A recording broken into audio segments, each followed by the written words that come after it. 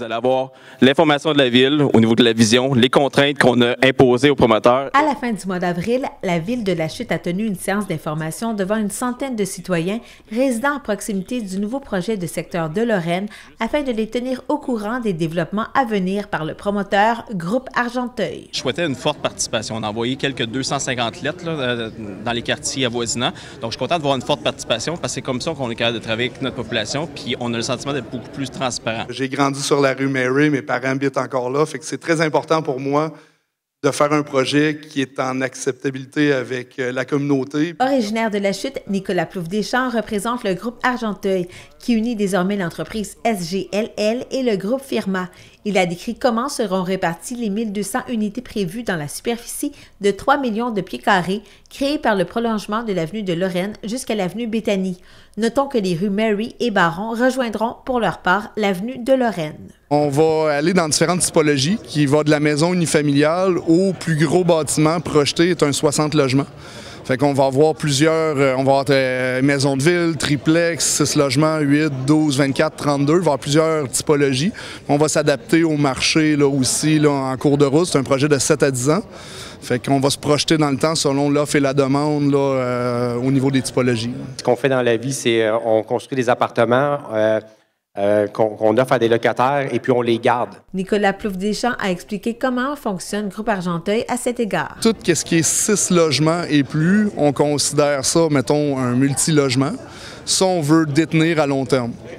Tout ce qui est maison de ville, maison unifamiliale, triplex, on considère ça plus type résidentiel classique. Ça, nous, c'est de revendre. C'est de construire, revendre ou de s'associer avec un promoteur que c'est vraiment son core business de faire de la maison unifamiliale pour répondre aux besoins. Nous, notre spécialité avec les partenaires, c'est vraiment le multilogement. Donc, quelles sont les contraintes physiques? Eh bien, on avait ce qu'on a imposé. La Ville de La Chute a émis certaines restrictions au groupe Argenteuil en amont du projet. Bien, on avait demandé tout simplement de protéger les espaces verts et les milieux humides. Donc, initialement, il y avait une certaine densité qui était construite dans ça. Nous, on a refusé de faire une compensation. Donc, il y a perte de milieux humides, mais on est venu le minimiser énormément. Également, au niveau des contraintes, bien, la bande tampon qui vient protéger les quartiers existants. Donc, on sait qu'il y a beaucoup d'unifamiliales. On a demandé une bande de protection. Ensuite, construire d'autres unifamiliales aussi. Donc, c'est tout ça dans l'ensemble qui vient faire que, dans le fond, on travaille avec la population pour venir s'arrimer. Donc, c'est une intégration qui est parfaite au niveau de l'arrimage avec les quartiers existants, puis la densité qui va être ultimement beaucoup plus loin que les quartiers existants. Pour nous, c'était une de nos valeurs aussi comme entrepreneurs, de conserver les milieux, mais aussi d'en donner, mettons, de créer un milieu de vie. C'est pas uniquement de dire « Ah, je bâtis un 24 logements », c'est de dire « Je bâtis un quartier, est-ce que moi-même, je peux me projeter puis y habiter? Qu'est-ce que je voudrais? » Bien, je voudrais des sentiers, je veux un parc, je veux créer une communauté. Je veux que les gens soient fiers de dire « J'habite dans tel quartier, mettons, au niveau de La Chute. » Fait qu'on voulait planifier ça vraiment durable, que ça perdure au travers de plusieurs générations, puis que ce soit un peu l'image de marque là, de la ville, le nouveau développement. Moi, mon souhait, comme on est ici aussi un peu pour faire nos souhaits, je ne suis pas sûre que je suis la seule. J'aimerais ça qu'on respecte que ce soit des unifamiliales, un étage derrière la zone tampon. C'est tout. C'est le seul commentaire qui a suscité autant de réactions dans la salle.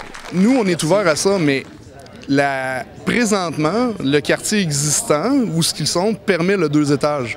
Fait que nous, on n'a pas demandé d'aller à moins qu'eux, on a juste demandé une continuité. Mais avec la Ville, c'est sûr qu'on a pris bonne note de ça, puis on va en discuter, puis on est ouvert à ça là, de notre côté. Là. On a parlé justement de l'unifamilial, peut-être un étage. On a bien entendu la population, on va venir faire des ajustements à ce niveau-là.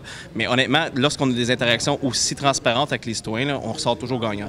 Le directeur général de la Ville de La Chute a précisé les étapes à venir dans ce projet, dont le changement de zonage. Ça va être un règlement avec quelques zones. Dans le fond, la façon que ça fonctionne, le zonage, c'est vraiment par zone. Donc, on va venir rediviser ce territoire-là en 5, 6, 7 zones en fonction des besoins urbanistiques et dans lesquels on va venir cadrer. Ça va venir sécuriser aussi ce qui peut être fait dans ces zones-là. Donc, ce qui a été présenté ce soir, l'unifamilial, bien, on va venir faire le zonage pour l'uni, ça va rester de l'uni, et ainsi de suite. Donc, ça vient donner une certaine sécurité aussi aux gens que ça ne changera pas dans 3 ans ou 4 ans. Le processus d'un changement de zonage dure 3 mois.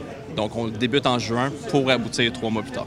Demande de certificat d'autorisation pour déplacer le cours d'eau et recréer le cours d'eau d'origine. On devrait déposer ça dans les quelques semaines qui viennent. On parle d'un délai normal d'à peu près 1 an avant d'avoir les autorisations du ministère. En parallèle, on finit tout ce qui est plans et devis, plans techniques pour les rues, les infrastructures. Là, il y a des itérations à faire encore là un petit peu. Donc ça devrait être lancé probablement cet automne, ces demandes-là. Donc demandes qui durent encore là une bonne année parce que les bassins d'eau, de s'assurer des infrastructures, etc. Donc, on parle là, d'avoir les autorisations ministérielles. Normalement, c'est 1 année et demie dans le projet à l'heure actuelle, ce qui nous amène à la fin 25, je vous dirais. Donc, travaux, on espère débuter en 26. On est dans un quartier à échelle humaine qui va ressembler à ce que vous connaissez de la ville de La Chute. À l'intersection de la rue Baron et de l'avenue de Lorraine, un petit bâtiment à vocation mixte sera construit éventuellement.